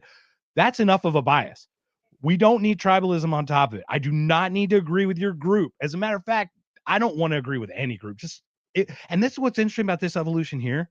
How I got into this podcasting thing even is like I was thinking things and then found things that aligned with my thought. It's not like I found someone or something and then glummed on. It's like I came across and then it became like hub and spoke. Like, oh, this person likes this. So, they like this interest. Oh, that's cool. Let me go off in that. I've always found that a good way as a blossoming of my growth is not like, oh, I like this guy, so everything they say is like gold, or whatever. Because that's how we easily get caught, Now I'm a Hortonite. I'm a Hortoneer. Now I'm not gonna lie. Like Scott Horton, he's almost like Ron Paul. He's kind of, at least with the stuff he says. Yeah, no. So Yeah, and that's funny you even said it that way. Hortonite, like what that is that's a tribal affiliation. And I was just laughing as you're speaking because we do this. We say we're not tribal, but totally. As we talk about this, you and I talking, and this is just like neuroscience, and I'm like a neuroscience dude too. We develop this sort of cognitive model where it's you and I are now us because I think you're pretty cool. We agree on a bunch of stuff. We develop, even if we don't state it, in our mind, we say, okay, we're this little micro tribe. And we have all of these overlapping, it's like a Venn diagram of all the different tribes we're a part of. And humans are tribal species. So it's important to not be like, I'm never going to be part of a tribe, but be more intentional about it. And I think if you're intentional about it and say, like, I can say to myself, I am part of a, at least loosely adjacent, although I shit on them quite a bit, libertarian tribe, and there's people within that tribe that, for example, like one of my favorite show, Freeze show. I fucking love that show. Like the people that are, I've been on the show with and people that are like, have been on the show. That's a tribe of mine and I'm aware of it. Right. And so as long as you're aware and you don't let yourself get sucked in, like unknowingly, I think you can manage it a little bit better. Like nobody's ever going to be perfect, but I think the whole tribal thing is very dangerous because it sets people up to dehumanize the other. And that's a real problem. And this is why I don't like political teams, because it's so easy. And you see this in politics. You want to kill somebody. And the reason human beings want to kill somebody from the other on a political tribe is because the gun of government. Right. So essentially, you're wrestling ostensibly through your vote to have the gun that I get to wield against the, like, I'm going to get power. I'm going to make you fucking libtards. I'm going to force you to do things my way. Right. When I get power, and then you abuse the other people. They take offense to it, and then they want to get power. And so so this is literally what makes people want to commit political violence, makes people want to kill each other. So I understand it, but I'm scared of it because I don't think people think about it in that way. I don't think people spend enough time even thinking about government in that way. That government actually means that if you want a government, you want the government to have the power to murder people. That's the most uncomfortable truth that I think is out there that people reject en masse. Because, well, I don't want to murder somebody. And then you kind of walk them through it. Like, for example, if you're a Republican, and they want drug prohibition, right? They're cool with them blowing up Venezuelan boats just summarily out in the middle of the ocean, or they want to stop you from having a plant in your backyard. And you can kind of do this thought experiment and you kind of walk them through it. And it's like, well, what do you mean? I want you murdered. I'm gonna say, okay, instead of some random person, let's say it's me. So, I'm talking to you, Mark, and I'm like, hey, I actually have, I don't know, glaucoma, and I want cannabis, right? So it's illegal where I'm at, right? And you want it to be illegal. You're saying I want drugs to be illegal. And here I am on my property, right, in my backyard, and I'm growing it, and I'm consuming it on my own property. And they'll say, well, yeah, but I don't want you murdered. I'm like, okay, let's test that principle. So what do you think should happen to me if the police find out that I have defied them? I have exercised my unalienable right to put whatever I want in my body, and they don't like it. And they're like, grow something. Yeah, and what's funny is they skip so many steps. So people, because they don't want to accept the fact that the state is violence, they will say, well, they're going to come arrest you and throw you in jail. And then I say, but I don't want that. I don't wanna- resist that I don't- because I I'm don't- I'm a liberty-minded person. I am on my property, minding my own And you're business, harming you're nobody, trespassing. and I don't want to be arrested. And I'm like, then what next? And they'll say, well, they're going to knock down your door and arrest you. I'm like, hold on, be more specific. I don't want to be arrested, right? And then you eventually get to that point where, like, well, I'm going to defend myself from the attack, right? So they knock down my door, they're charging at me, they've got guns drawn, they're wanting to handcuff me, throw me in a cage, and if I shoot them or in any way defend myself, and then they immediately will flip the mental script. Well, you just assaulted a police officer, completely ignoring the fact that all of this violent shit had happened, and the fact that if you do try to defend yourself, they will escalate the conflict to murder you, right? So I've just drawn the line A to Z. So basically, if you want drugs to be enforced, right? So people will finally accept, okay, fine, like, yeah, for drugs, and yeah, I'm willing to accept some violence for that. But what people don't realize is that for everything in government, if you want a border enforced, for example, or you want this regulation enforced, or you want social services or a safety net, or you want whatever you want, like public schools, whatever you want the government to perform, the same thing with the drugs is happening with taxation. That those people will eventually come to murder you if you resist, to take your money to do whatever action you want the government to do. So this is the argument that I would make is, like, if you want government, you are at least okay with people being murdered, me being murdered. If I were to a minimum of violence, minimum of of an violence, infringement, a minimum of infringement on you as a human being. Sure, because there's always a chance, right? They could use some less than lethal ammunition, yeah, they could knock they me can still knock unconscious, you out, right? But still, it doesn't matter. It's still an aggression. It's a regard. It does not matter that style. And it doesn't even matter the because they will, and this is the really, really important thing I want people to grasp, is that they will, in 100% of the cases, for any violation of law, no matter how small, escalate it to that point. If I choose, if I continue to try to defend, to your level, right? To your level of personal defense, they will escalate their level of force imposed upon you. 100%. Yes, yeah. So it's correlated 100%. So what I'm saying to everybody, and please don't take this the wrong way, but you are asking the government, you're asking some men with guns to commit acts of violence against me personally. If I were to, I don't follow the law all the time, because fuck you, I wasn't, I don't consent, and I wasn't asked, about any of this. So who hasn't sped before? Or anything, like, we all break the law. It's fine. I mean, we're talking about the littlest thing, right? Because everybody goes, "I don't break the law." Bullshit. Everybody does. If they want you, they can find a law that you've broken, and they'll make one the fuck up, and they'll pin it on you if you don't. Now, real quick, I just a couple chats here. Teresa Lane, most people can't have an adult conversation, so neither can I. So it's fine. No, thanks for the adult. Here, pull my finger. All right, and then we got Terry. Terry, thank you, Brent, for breaking out once again. Love you, Terry. Are you smarter than a politician? Are you smarter than a great politician? show? Everybody go watch Free show. That's awesome. Terry and Free, so fucking rock Brent's that show. 1 for 1. I'm 1 for 3. I came in first and second twice. So you just went 1 for 1. You hit your home run, called your shot, and just retired.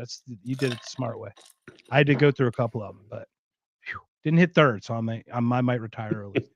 But great show. And once again, it's educational too, because it talks about things like this. Now, I would argue the difference with us is, like, I don't think the system's going to help us anymore. I'm sorry. I think we're past that point. I think, to your point, we have to be the change we want to see. We need to create our homestead. We need to create community. We need to get off the grid, not even get off the grid, but, like, at least decouple so they just can't switch you off. Like, they're going to, I understand it's 3.7 cents to make a penny. I get that, but they just stopped coining pennies. The next step is CBDC, everybody. 100%. Oh, right. Because, wait, I don't have pennies. Oh, wait, but you have pennies on your little app. We'll do it digitally. We'll do digital pennies. I'm like, oh, shit. And the T's and C's that I think 3 of the 4 big banks signed already is your actual American dollars can be used to transition to this if they decide to do that or something.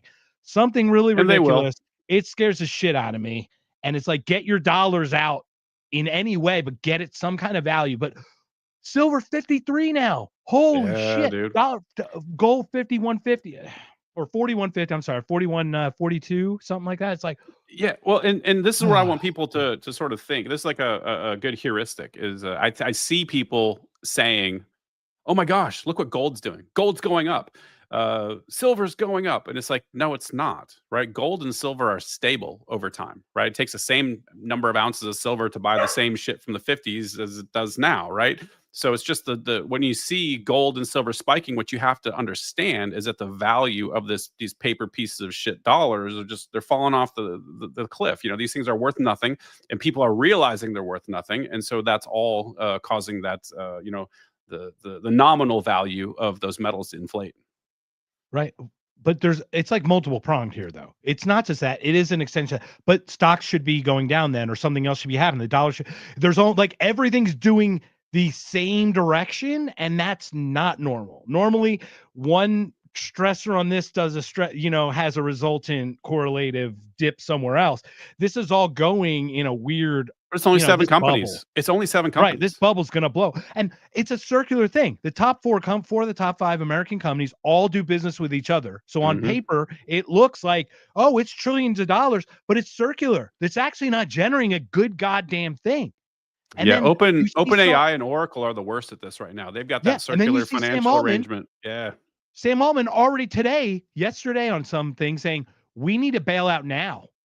He's like calling for a bailout ahead of I don't protect the banks, but at least they waited till they fucking busted before they got their nut. You know what I mean? Like he's like, hey, I want it in writing that we're good regardless of what we invest in this thing, because it's gonna blow. Because you guys are all gonna lose your shit. Let's socialize the losses and privatize the gains to Sam fucking Altman, that piece of shit. The guy who, oh, by the way, here's an alleged rapist of his sister. I don't know if you ever heard that story. I haven't heard this one.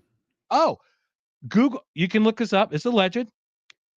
You can't find it because allegedly he got into all this so he could scrub his name out of the fucking records. Like you know how you can scrub your like data out of like, Google.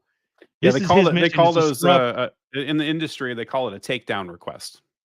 There it is. So he is trying to get rid of all the stuff that allegedly happened between he and his sister, or that he did to his sister or something. So it's like, I don't know, man.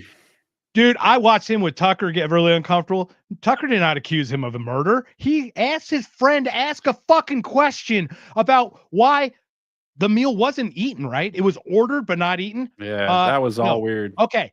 You kill yourself after you eat the meal. I have heard that, but you don't fucking order it and go, it's too late. I'm just going to fucking, no. Once you make that decision. Chris Cornell, that last concert that he did was like this weird, like if you heard people were like, he had this calmness about him because he knew it was over. He knew it was over. This guy, blood in 2 rooms. What's a weird wig he didn't have, coming home from a trip, hanging out with buddies. And if you know anything about it, you're in the tech world. You have any light to shine just in general about that? Because I kind of rambled into it. So if you mind, I don't, and I'm not like, tech is a very big place, and I don't have any. Yeah. I'm relatively low. You're level not connected to any of that. To be clear, No. I want to be clear. It's not to pin you in any way because this is all just talk. But it is weird. I did see that Tucker interview, and that definitely was weird. And it sort of rhymes with Epstein stuff too, because there's one of those people that was associated with Epstein, Mark, I can't remember his name, that was found to have committed suicide. He was hanging from his neck with 2 shotgun blasts in his chest, and the gun was found 25 feet from him. And the judge sealed the autopsy and blocked all the release of the information. It was ruled a murder, or sorry, it was ruled a suicide. The barn, right? Exactly. Yeah. It's like that stuff happens around these. I think when you get up to a certain level of power and wealth, the world starts getting super weird, man. I think I never want to approach anything approaching it, because it's it just seems like at that level it's so cutthroat, it's so dirty, and I want nothing to do with it. I think I've come to try to understand it, and the only thing I can think is you've conquered every single industry, you own people who have consent, and the last thing that you can destroy is purity. and children are pure. And that's like, I can think, it's so demonic when you think about the type of mentality you need to want the power and to want to. So That's I what I can only think, right? think So I think there's that's what it is. something, because I don't know if you know, they've done a bunch of research on psychopathy and CEOs Yeah. and like super hard charging people, Oh right? yeah.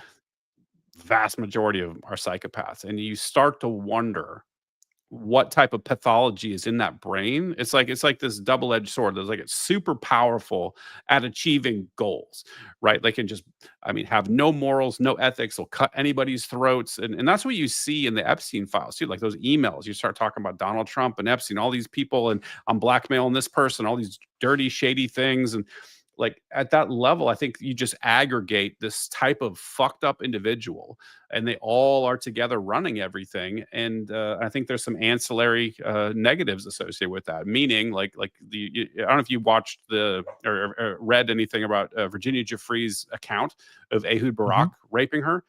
Oh yeah. Brutal. Like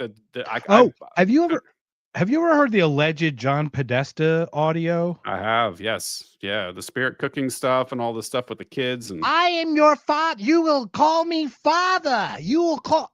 I'm like, that's weird shit, man. If, once again, alleged, but if that is real, that motherfucker needs to, something needs to happen. Well, I can tell you this much. I can tell that Podesta was a sick fuck just by the art. Oh, yeah. That stuff was depraved. Oh, yeah. Oh, I get it. And I know creepy. Like, I'm not devoid of internal stuff, but like the one thing that I've always consent. And children ain't got consent because they don't have the rights yet. They have to be protected until they can consent. They can't consent. Everyone's off limits. Like, that's just how it is. Like, I don't know another way. Like, it doesn't even, it's like to even think. Like, it's like asking when what's the guy when they asked Peter Thiel if he was the Antichrist, and it took him 3 seconds to 5 seconds, like, answer.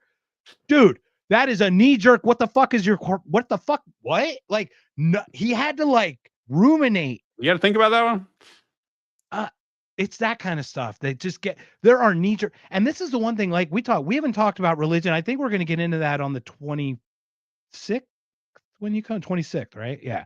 26th is when you're coming on next time to share like that. I think is we're going to get into that journey. But like from that alone, like the religious stuff is like crazy too. You know what I mean? Like the faith stuff. And you're like, come on. I don't know. It's just, it's nuts. It's all nuts. Yeah, it is. And it's tough because you don't want to be super negative, right? Like I think human beings are already predisposed to bias towards the negative. And that makes sense from an evolutionary perspective, right? Because if there's a greater downside to negative events than there is a positive upside to positive events, right? So for example, if you are out, foraging and you find, I don't know, 2 patches of blueberries instead of 1, it doesn't really accrue that much of a additional benefit to you. But if you fail to detect the bear that's in the berry bushes and you get your ass eaten, that's a major negative, right? So from our evolutionary history, the negative is what we're always looking out for. We're constantly on threat scan. Our amygdala is like, okay, scanning our environment. We're looking for negative, and we can get sucked into that online too. So we're only focused on the negative, which is why I encourage people to focus local. Be around your friends and family. Try to touch grass once in a while. Actually have a gratitude practice. Intentionally think about things that you're grateful for. Like that's kind of like the antidote to some of this. Because I think we can do both, right? Like if we're mentally healthy, we can sort of confront the evil in the world, and we can also try to improve ourselves, admit the faults that we have in the darkness of our own hearts that we're all trying to overcome. Try to be better. Try to improve all these things, without spiraling down into like nihilism or something. Because people oftentimes accuse me of being black-pilled. And I'm like, no, I'm not black-pilled. I think my view is the most white-pilled thing in the world. And I'll say it every single time. I think looking at government and saying there's nothing for me there, as much as I would like, everybody likes to hold on to hope. Like, well, if we just, did this thing here, we tweak this, we put the right people in, it's going to be better. It's like, no, you need to abandon. You need to let it go. And once you accept it and internalize, there's nothing for us there. Nothing. Yeah, instead of white pill, it's like a clear pill. That's what I call it for I you. think it's white pill. Well, 'cause no, it's- actually, no, what I mean is like it's transparent in that you're just openly objective about it. What I wanted to say is what I was saying about faith. This is where I got lost. Objective morality. Like there are some things that are just like objectively wrong. Like they're to you and I, like it's not even cultural. It's just it's ick. Like it's ick on a natural level. So like it's just weird how some people use faith to hide behind, and then they're worse using it, for example, or they hide behind a government or a power or some kind of like sure, how but I don't it know about gets. the trafficking with the Clintons in Haiti, but it sounds like that's not cool. But go ahead, you're on a point. Oh, I was gonna say it gets very weird to determine where lines are, and this is where people get in a little bit of trouble. But let me ask you a question. I want to throw a hypothetical out to you, and let's say there is a 58-year-old man, and he has sex with a 16-year-old girl. What do you think should happen? First of all, is that right or wrong, or do we have an objective, like yes or no, right or wrong? And then, if so, if you believe that that's wrong, what do you think should happen to somebody like that? It's nuanced because at 16 it's like there's 16 and 58. These are no, hold on. First of all, it's 100% wrong out the gate. That's not before we even break nuance anything. This is absolutely sick. Okay. Now I see it. I'm in Arizona. I see a lot of these arrangements of these young women getting locked up at 9 years old, especially in northern 10, Arizona. 11. And FLDS, it man. happens. And So, real quick. I don't want to go too far down this rabbit hole because I want to blow your mind. I want to blow your mind. I can't kill the guy, but it's obviously it's rape and he needs to go to jail forever. I don't know another thing, but I'm not like I don't know.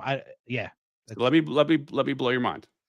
That scenario that I just called out that you're like that's wrong, that's bad, is legal in America in the majority of the states. I bet. Age of consent is 16. I think 36 states.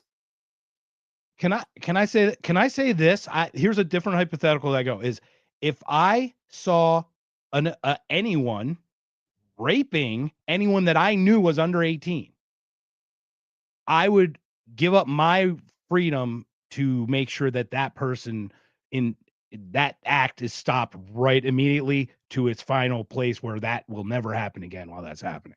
And I will substitute my right at that point. I've given up my liberty for that. I am happy to fucking do it. That's where I'm at. Yeah, and this is where I think America's fucked up again, is that we live in a country where I think very few people would feel comfortable doing some sort of intervention. There's been some cases in the news, right, where somebody catches somebody raping their kid and they just beat the shit out of them and kill them.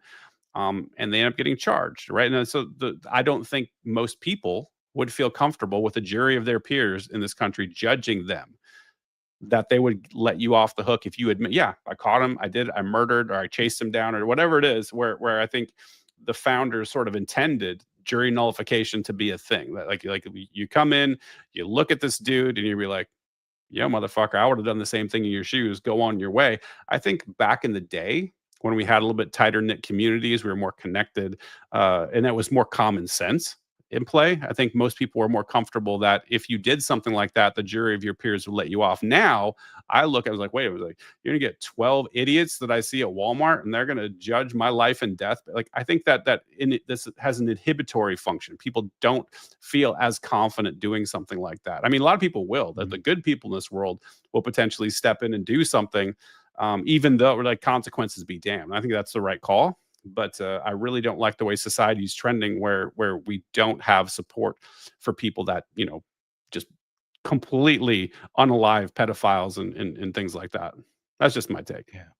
No, I totally get that. I mean, you're talking like a vigilante kind of justice kind of thing, in a way? Not necessarily. But you're just talking about like how we would get convicted. And that's the thing is like, the point is, I know that I would give up my liberty, that I could be convicted of murder for protecting that child at that time. I would go in kind of knowing that, I guess. And that's where you have the Daniel Penny thing, right? So, hey, you've been in Vegas, right? Bunch of times, yeah. Okay, so you're familiar with Mon Ami Gabi and Alexa, the two like restaurant places that are right there by Paris. Okay, so I was sitting at the Alexa place on the side there, and some dude, high stone, whatever he was walking around, pushes over a trash can. I'm with my mom, and I'm like, this dude's gonna be a problem, and I'm like ready to jump the gate, right? He grabs a 70-year-old and pushes him into fucking in the street, God. into the strip. You know where that strip guy Oh, yeah. fell, hit like almost hit his head. He's like literally right there.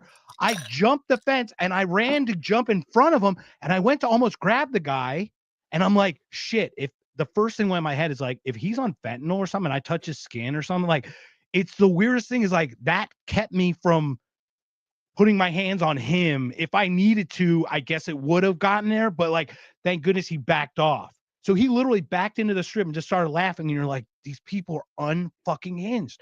But Get out of the cities, everybody. You never know, right? You never know, but it's one of those things. So be the change you want to see. That's Hell what yeah. And once again, William's on, and do you know William? You know Will I am? Yes, I've seen him online. Yeah, he's great. Awesome. So anyway, man, we've been doing this hour and a half. I'd like to show before we at least call, we're not going to even do Katie Miller. This is going to be a whole new rebranded thing, but we talked about where we left. Meanwhile, where we left off was Elle Reeve. Like we'd break that story. We totally break that story. No, totally. We tell everybody. Oh, totally. Okay. So everybody, once again, this is how we learn. Okay. How long did people know about Epstein? Yeah, it just came out of nowhere. Oh, yeah. No. Listen to this thing. This is real. This has been vetted. You've seen it, Brent. I'm going to share it with the crowd, and I'll love to get your thoughts after this. All right. Thanks. Hold on one second. And here we go. I've had the story for 3 years. I've had this interview with Virginia Roberts. We would not put it on the air.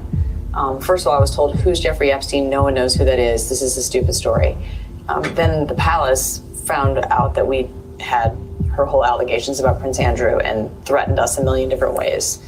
We were so afraid we wouldn't be able to interview Kate and Will that also quashed the story. And then Alan Dershowitz was also implicated in it because of the planes. She told me everything. She had pictures. She had everything. She was in hiding for 12 years. We convinced her to come out. We convinced her to talk to us. It was unbelievable what we had. Clinton, we had everything. I tried for 3 years to get it on, to no avail, and now it's all coming out, and it's like these new revelations, and I freaking had all of it. I'm so pissed right now. Like every day I get more and more pissed because I'm just like, oh my God, what we had was unreal. Other women backing it up. Hey, yep. Brad Edwards, the attorney, 3 years ago, saying there will come a day when we will realize Jeffrey Epstein was the most prolific pedophile this country has ever known. I had it all 3 years ago. Gross. Need a hot shower after that. There you go, Elle Reeve. You're going to get that story on that text if they're real. Blockbuster, right? You're going to break that story, Elle Reeve? You're going to break it? Please. Think about this for a second. Think about this. I mean, it just really struck me again as she was speaking, not necessarily from her perspective, but obviously she's talking about the network that she worked for and the conversations that they're having. It's like, oh, hey, we have evidence, strong evidence of this gigantic child sex trafficking ring, underage girls, the princes implicated, and we're worried about access to Will and Kate. Imagine being a human being. This is where I kind of get pissed at Tim Burchett for that bullshit. It's the same thing where you're looking at, well, yeah, there's a ton, just trail of bodies in the wake and just destroyed lives. And I'm talking probably generational destruction. These people, if they have children, they're going to be fucked up. It just passes down. Like it's hard to understand the blast radius of all this and just absolutely wrecked lives. And you're fucking worried about your access to some prince and princess who mean nothing, who don't do anything. You're a figurehead over in some other country, some other fucking country, and you're willing to look the other way, to just bury the story, run cover for pedophiles because you're worried that this celebrity that you want to have in your network, you're not going to get access to anymore. It's such a gross proposition, man. I can't even believe it. Well, it works two ways. They suppress facts, so they keep you from getting enraged, and they distract you with bullshit like Kate and William. Like, Yeah. it's like a double fucking whammy. It's like kick us in the balls twice, right? Yeah, you can't hate the media enough. I think Michael Malice says that right. It's like literally impossible to hate the mainstream media enough. And also now turning into social media. I think the social media is exhibiting the exact same fucking signs as the mainstream media. It's just that that became. Oh, go ahead. No, I wanted to give a shout out to Clint. He posted something earlier today. He had a interview or something or a podcast with a high politician, and he said he was being fed questions. He said, "Fuck that shit. I'm not going to do it." And I 100%, I stand with Clint. Brent, no, I'm just kidding. I agree with him. Trolling me. I'm totally fucking poking the bear, man. Tonight you're hot, so I don't want to get in trouble with you. No, but seriously, I thought that was really impressive. And like I said, I had one today where they're like, "Do you have questions ahead of time?" I go, "No questions. There will be no question. You're not going to give me questions. I'm not doing. We're just going to have a conversation. It's going to go where it goes." And I really admire that. So I give there's some good ones. There's some good good ones, but I will say this: I see a cancer forming on social media. I think everyone sees it too. They're like Gunther Engelmans of the world, the Benny Johnsons, where your entire job is to just carry water for the administration or for Patriot. That piece of shit. Who the fuck is that guy? It's Barbie, whatever. Oh, Insurrection Barbie. Yeah. So there's basically this sort of analog to the old media, the old mainstream media has emerged in social media. And one of the things that's frustrating about it is it becomes difficult to suss out who's sincere, who's a real voice, who's actually putting forward their ideas and advocating for the principles, and who's taking a $7,000 check. Like that becomes, I mean, sometimes it's super easy to identify. But sometimes it gets squishy and it becomes very difficult to figure it out. And it's not just a $7,000 check. I mean, we know that multiple groups are pushing multiple levers here and there, and for sure, right? Like bots, these people come from nowhere. Yeah, exactly, and that's cool. Look, I'm blessed that we're having a conversation about these things that are just refreshing and different, because most people don't talk about this stuff. So thanks for sharing your time with me. Yeah, no worries, man. You're my homie. What else? Yeah, I don't know if I got much more, dude. Like that whole Tim thing is exhausting me. I keep going back to that. I see his smug face. If you watch his other stuff too, what bothers me about Tim is he has a shtick where he's, "Oh shucks, I'm this like." First of all, he's a rich as fuck dude. He's like, like suburban mega mansion type of thing. Plus, he's got this like country thing where he's got his donkey, and he's showing the countryside all the time. He's playing up to that Tennessee thing. He's in Knoxville, and he's showing up to the Vols games and oh shucks, dadgummit, and it's so fake. It's so contrived and it's so gross, man. So every time I see that dude, it's just like my hackles go up, and I get fucking, you see it, man. I crash out every time on Twitter when I see that piece of shit. I hope that his career is ended someday soon. So I used to play a lot of poker back in the day, and to your point, not only is it pattern recognition, but there's like tells. Yeah. Watch him on Tucker. That all gommet shucks darn thing that you're talking about was like screaming at me like, fake as fuck. Fake. Oh, I'm just some doggone Christian who believes in blowing up children on the Gaza Strip. That's just what I'm goddamn good about. What? At least Randy Fine has the fucking balls to be an absolute piece of shit. He doesn't hide behind it.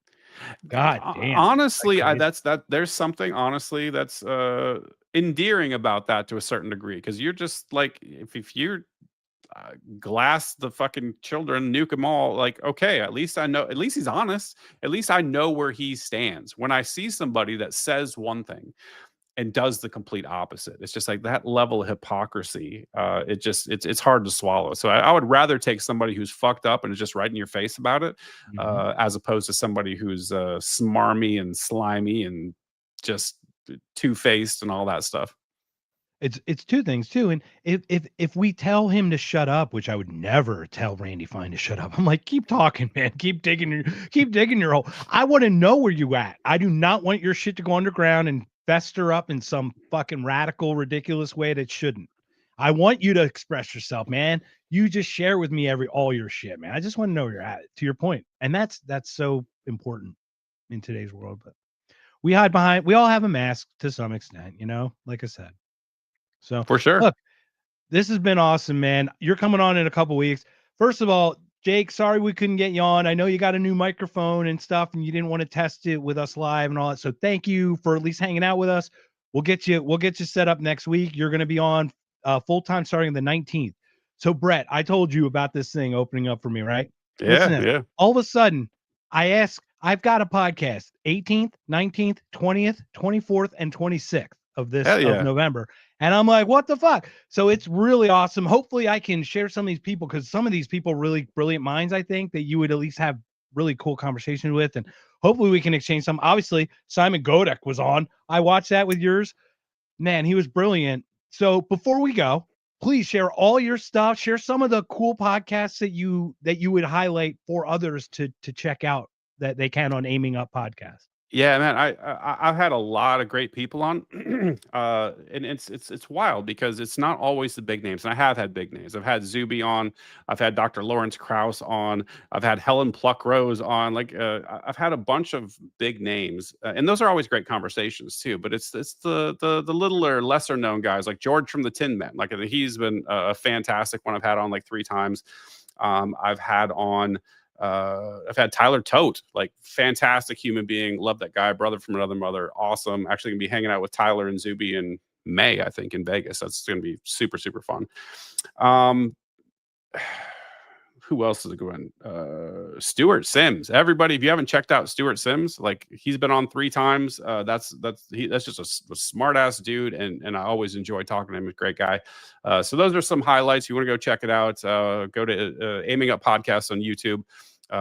Give it a listen, and also launched a new clothing line, Anarcho Syndicate clothing company. So if you go to anarchosyndicate.com, pick up some merch. I think it's pretty cool. I think it's very different from most of the merch you're going to see in the Liberty space, but it is definitely Liberty themed, but also got a little bit of a skater vibe to it and a little bit biker vibe, some sort of edgier stuff. So yeah, that's everything for me. And thank you so much for pulling up. I always love talking to you. It was great to see everyone in the comments. Thank you so much. And if you have the ability to subscribe to the podcast, man, it would really help. I think, you and I talked about this off the lines. Like I do these shows, like I said, I had Simon Godek on last week, and I'm getting like 54 plays, right? Like I've got less than 500 subscribers, and I don't think that I deserve subscribers or anything.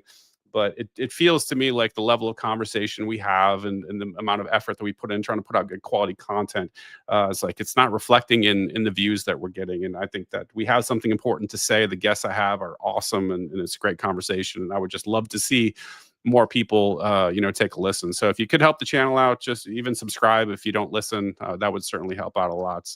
Trying to make this my permanent gig and get out of the big tech overlord space. I really don't like working here. So help me out.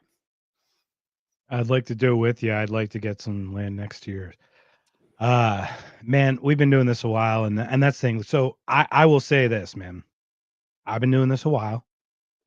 I was a DJ. I was in a cover band. I was a front. I know people who have it. I know people who can earn it. I'm definitely in the earn it space, but the same thing. It's like it's drops in the ocean because just the number of podcasts. And it's funny. It's like our multi-curiosity makes us so niche. Because no one's this curious, like no one's expansively curious. Because like we will talk to anyone literally about anything that's of interest in some way. Now, obviously, that niche has kind of been taken by one Joe Rogan, right? But still, exactly. I will say this, man. I've watched your podcast. I don't bullshit. There's something you have about it, the way you're able to talk with these people and get the back and forth. I sense a lot of mine, and I'm almost bad to say like you're better.